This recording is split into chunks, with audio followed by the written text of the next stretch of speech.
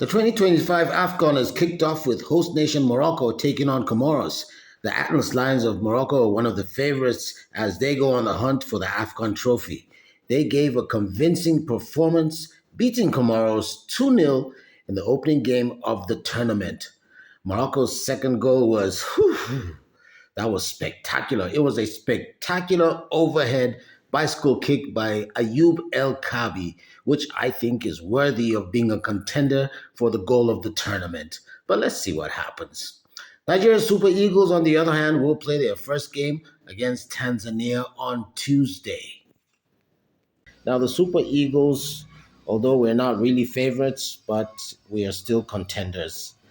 Now, we've been on shaky ground as far as in recent times with what happened in the World Cup qualifiers, failing to qualify for the World Cup and all that stuff.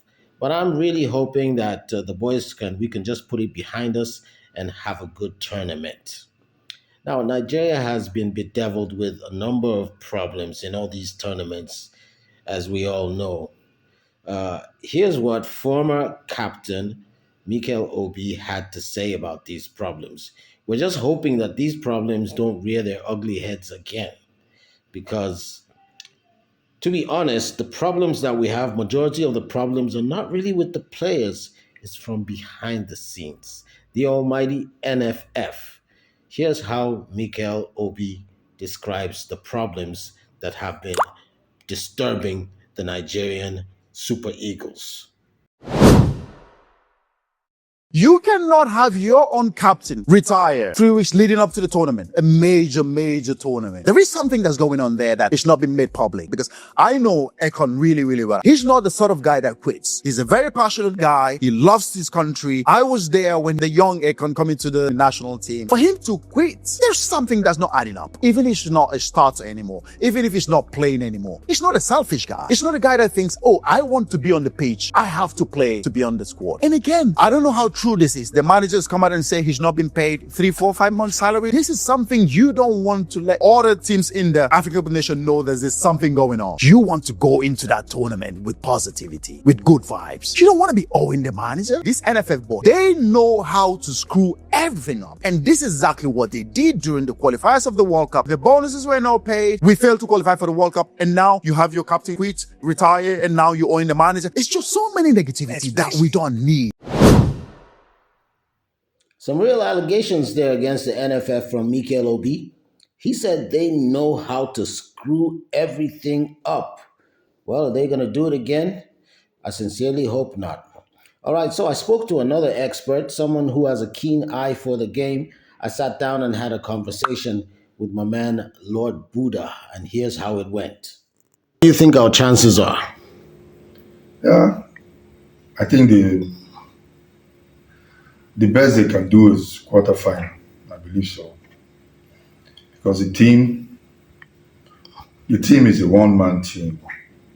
It's a Victor Osimhen team.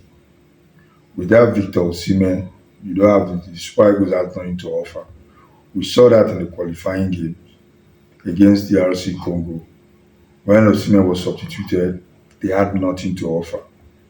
That's why without other players, other strikers come and they cannot prove themselves because one, we lack the supply. We lack the supply. There is a disconnect from the midfield to the attack. You don't have a number 10. You even the deep line playmaker. You don't have what we only have as midfielders are just ball winners. They don't play, they don't give those killer passes. Even from the wing, is it Ademola Lukumon? He wants to cut in and score for himself. If it's Moses Simon, it takes too long to deliver the cross. Even if he cuts in, gets to the byline, that's when he will want to cross the ball, make those area crosses. So to me, the team is just really thriving on luck. Let's see how it goes. Let's see how it goes. Okay. You know? Now you heard what Mikel Obi said regarding Troost Ekong's exit. What do you think of that and the other things that he said? I think it's not far from the truth, man. There's a lot going on behind the scene that we don't know. You know, True Second retired, announced his retirement from the national team a couple of weeks to the Afcon. And now the young boy, the young discovery, that defender, no, I can't really remember his name, the prodigy of Moses Simon. I think that boy is injured, Hmm. and you don't have True Second. You're bringing the likes of Awazian. So the team is just, we just have to see how the normal Nigerian luck, they rely on luck, what they will do because, but the team itself as a team, no. I don't think the best they could do is quarterfinal.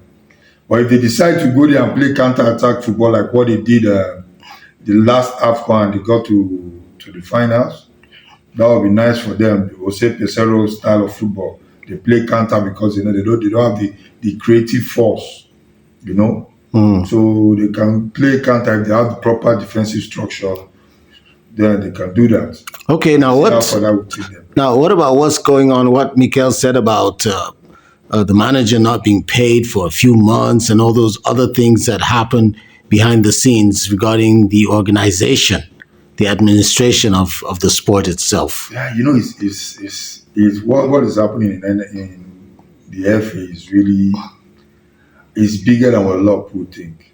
You know, the FA, how they source their money and how they pay those salaries is something is a mystery on its own. If you understand the way Nigerian football is being run, Hmm. you know, the budgets they get for those things, at times they are paying backlogs.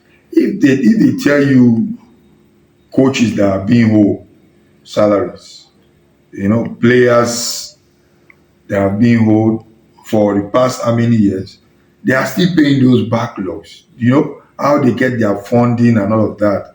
It's not what you can easily explain. That's my take. So I think for the coach to come out and say it's being owed 4 months salary,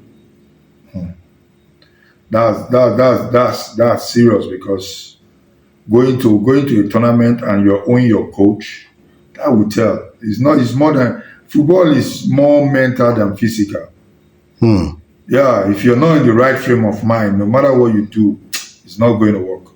I feel you. It's not going to work. I feel you. All right, Buddha. Thanks a lot, man. I still wish them well anyway. We are Nigerians. We just have to wish them well, but we just want to watch football for the beauty of it. Because why I really want to watch this tournament is how far Morocco have come with the right investment in football, their female football infrastructure, their grassroots, everything developmental stage. That is what we need to do in Nigeria. If you don't invest money in football, if you don't invest money in sport, you're not going anywhere. You're All not right. going anywhere. All right. Thank Look you. at the Moroccan team and they just won the Arab Nations Cup. You see, that is investment. That's their B team. So you should understand what they had a plan. They had a plan and they work towards that plan. It's a 20 years plan. That's the growth. That's the growth. Look at Morocco. They were 6 years ago. They were nowhere to be found in female football. True. Now they took us. They took us till I think till it wasn't easy for us to beat them. Man. So you have to understand. You need that right investment. Yeah. You need the right investment in football. You just need it in sports generally. Infrastructure, investment in people. Those things alone helps the country one way or the other. When you invest in sports, a lot of jobless would have talents. Not because they don't have the right place to channel their talent to. They tend to sway, move to other vices. That's just it. All right. All right, my man. Thanks for coming by. Appreciate it. Yeah, no problem. Thanks.